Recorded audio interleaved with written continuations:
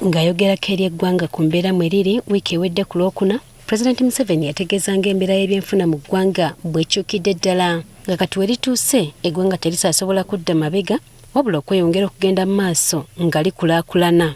Kino yakikuusa ku nteekateeka ez'enjawulo gavumenti zezzeegunjawo okuggya abantu mu bwavu omuli Parish Development Model PDM, emyooga n'ebirala. The economy grew by 6.7% in the first quarter of this financial year compared to 5.6% recorded in the same period last year. This is on top of the growth of 6.1% in the financial year 2023-2024.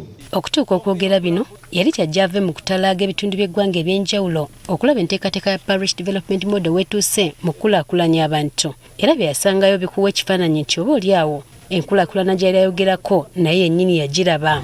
Okwongera okukakasa bino naffe tugeddeko n'abantu abamu era nga ssente ze bazze bafuna okuva mu gavumenti okwekulaakulanya bazitendereza bya nsusso. Irene Nakachwa mutuuze ku kyalo Sokoso e Kayunga. Ono wa myaka 32 era ng'alina abaana 8 agamba nti kataba mulyemu amaaso olw'okubulwa kyabaliisa anti teyalina mulimu gw'akola.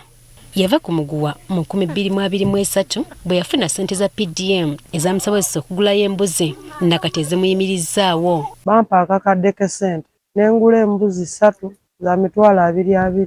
Esente zaasigalawo n'enzimbako ekiyumba ky'embuzi. Nakachwa si ye yekka yenyumiriza mu nteekateeka eno. Waliwo n'abalala bangi abajulira embeera mwe bawangalira okukyukako oluvannyuma lw'okuweebwa ssente zino nga kati bali yaddeyaddeko. Bizinesi ya boominga kubanga buli mwezi mba nfunako emitwalo mba ninaku emitwalo 3. Osanga amagoba nina mitwalo 10. Etanuulu ku ssente ze twakubisa ezaafiika ku nte nga tunoonya kulaakulana tugaziwe genda tundako ekitundu tuzimbe ennyumba. Newankubadde guli gutyo, John Robert Tenywa omutunuulizi w'ebyenfuna okuva mu Lateral in Uganda ekitongole kinoonyeza ku bintu eby'enjawulo agamba nti ebigambo bya Pulezidenti Museveni byandiba ebituufu kyokka waliwo ebitatuukirira bulungi nti enkyukakyuka weeri mu byenfuna wabula tebunye buli wamu. Waliwo mu term economic term kye bayita economic growth ne economic development. Infrastructure yaffe ekuze tulaba nti ebyenfuna byaffe byeyongedde naye abantu bakaaba. Agamba nti omutawaana gukyali munene nnyo wakati w'abagagga n'abaavu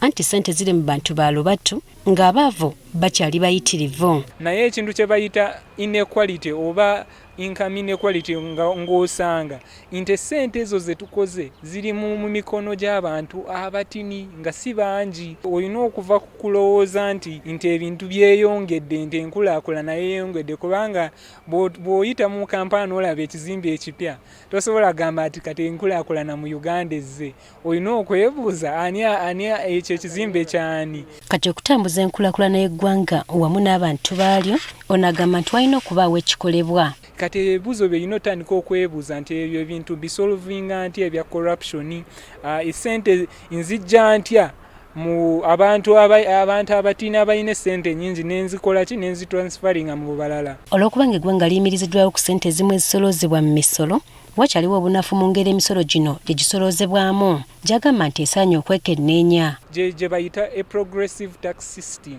gy'osanga nti abantu abalina essente nnyingi bojjako omusolo ogusinga abana abalina essente entini n'obajjako omusolo omutini. Gavumenti era esaanye okuseerisa ejjoje ku ssente eziweebwa abantu olw'okuba nti zitera okubulankanyizibwa bangi ne bazizza mu byabwe. Olina okuddayo n'osooka ne weebuuza eno puroguramu gye nateekawo etuukiriza ebintu gye nagiteekesaawo. Kati ono agamba nti singa bino tebigobererwa na bwegendereza ebyogerwa nti eggwanga lisajjakudde bijja kukoma mu bigambo wabula si mu bikolwa era nga tebigenda kulabwako. Kusanga nti omugagga afuna nnyo ssente ate omwavu n'afuukira ddala omwavu n'osanga nti waliwo gaapu eyo ennene nnyo ku mwavu n'omugagga. Kati eggwanga okutambulira wamu n'abantu baalyo mu nkulaakulana obuvunaanyizibwa busigadde mikono gy'abalikulembera. Jennifer Kabale, Agafeeyo, ku Spark TV.